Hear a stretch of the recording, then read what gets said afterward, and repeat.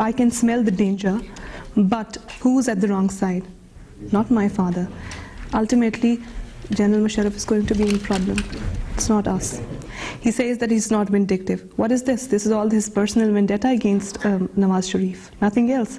Otherwise, okay, if he has, imprisoned Nawaz Sharif for no reason, why are all the other family members, they are being, why are they suffering?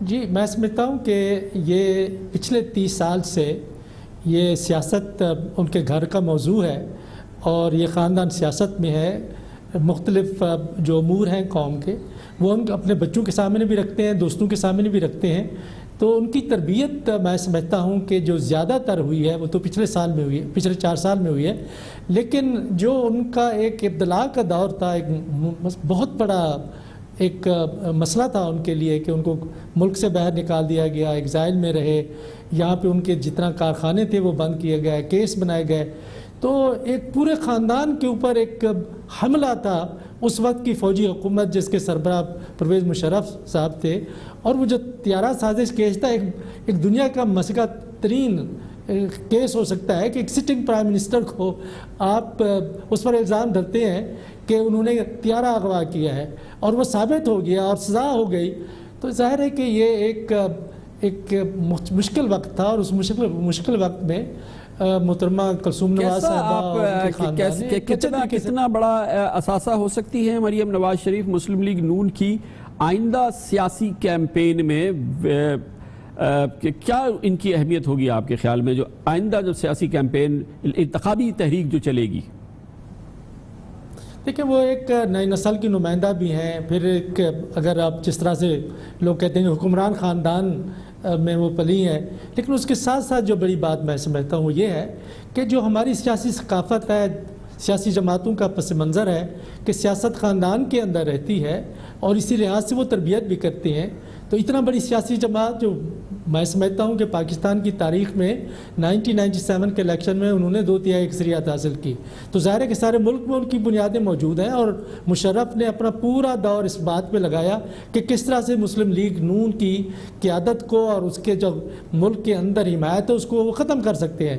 لیکن ہم نے دیکھا وہ اس کو ختم نہیں کر سکے, اور آخر مشرف صاحب وہ باہر ایگزائل میں بیٹھے ہوئے ہیں اور وہ خاندان اس وقت حکومت کر رہا ہے.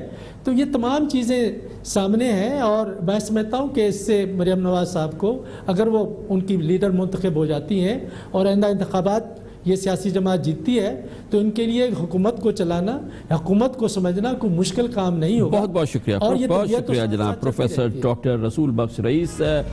تھمپنگ اپروول دے رہے تھے مریم نواز شریف کو, اہل ہیں وہ اس بات کی, اور آج پرعزم نظر آئی اور ہر صورت میں ثابت کرتی نظر آ رہی تھی کہ وہ یا تو اپنے والد جناب نواز شریف کی پوری کلی معاونت کے لیے ان کا دائیں بازو بننے کے لیے تیار ہو چکی ہیں, اور اگر کوئی سیٹ بیک ہوتا ہے تو وہ پاکستان مسلم لیگ نون کی قیادت کے لیے بھی تیار ہے.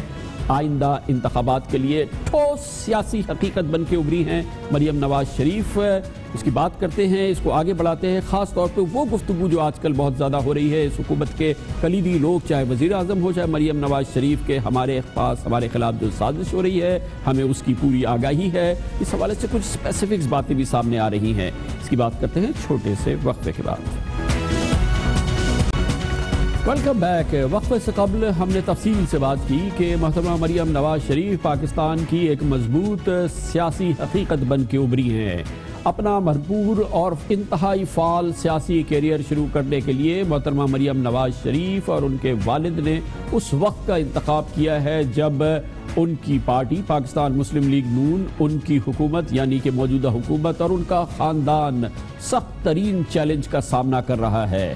محترمہ مریم نواز شریف نے آج جہاں اپنا سیاسی ایجنڈا انفولڈ کیا, عوام کے سامنے رکھا, وہاں آج انہوں نے اپنی تقریر کا ایک انتہائی اہم حصہ اس چیز کی جانب رکھا, اس چیز کی جانب اس پہ فوکس کیا جس کی گونج آج کل بہت زیادہ سنائی دے رہی ہے. اس کا ذکر اس سے قبل ان کے والد وزیر اعظم نواز شریف بھی کر چکے ہیں, اور جو اس وقت باخبر صحافی ہیں, میڈیا کے لوگ ہیں, مبصرین ہیں, وہ آگاہ ہیں کہ حکومت میں کہیں نہ کہیں اس حوالے سے ثبوت اکٹھے کیے جا رہے ہیں, اور بہت ہی ایکسپلوسیو سچویشن ہے جو ان ثبوتوں کے حوالے سے یا اس معلومات کے حوالے سے جو کہ فی الحال گردش کر رہی ہے, جو کہ فی فی الحال اس وقت چیمنگوئیوں میں سامنے آ رہی ہے، وہ صورتحال ہر صورت میں انتہائی حساس ہے۔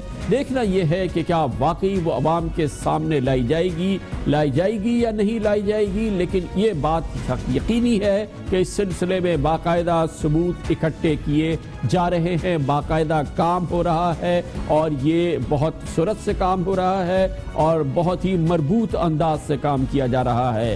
اس حوالے سے آج مریم نواز شریف جب جے آئی ٹی سے باہر آئی، اپنی تقریر کے سب سے اہم حصے میں انہوں نے اس بات کو شاید سب سے زیادہ زور دے کے کہا۔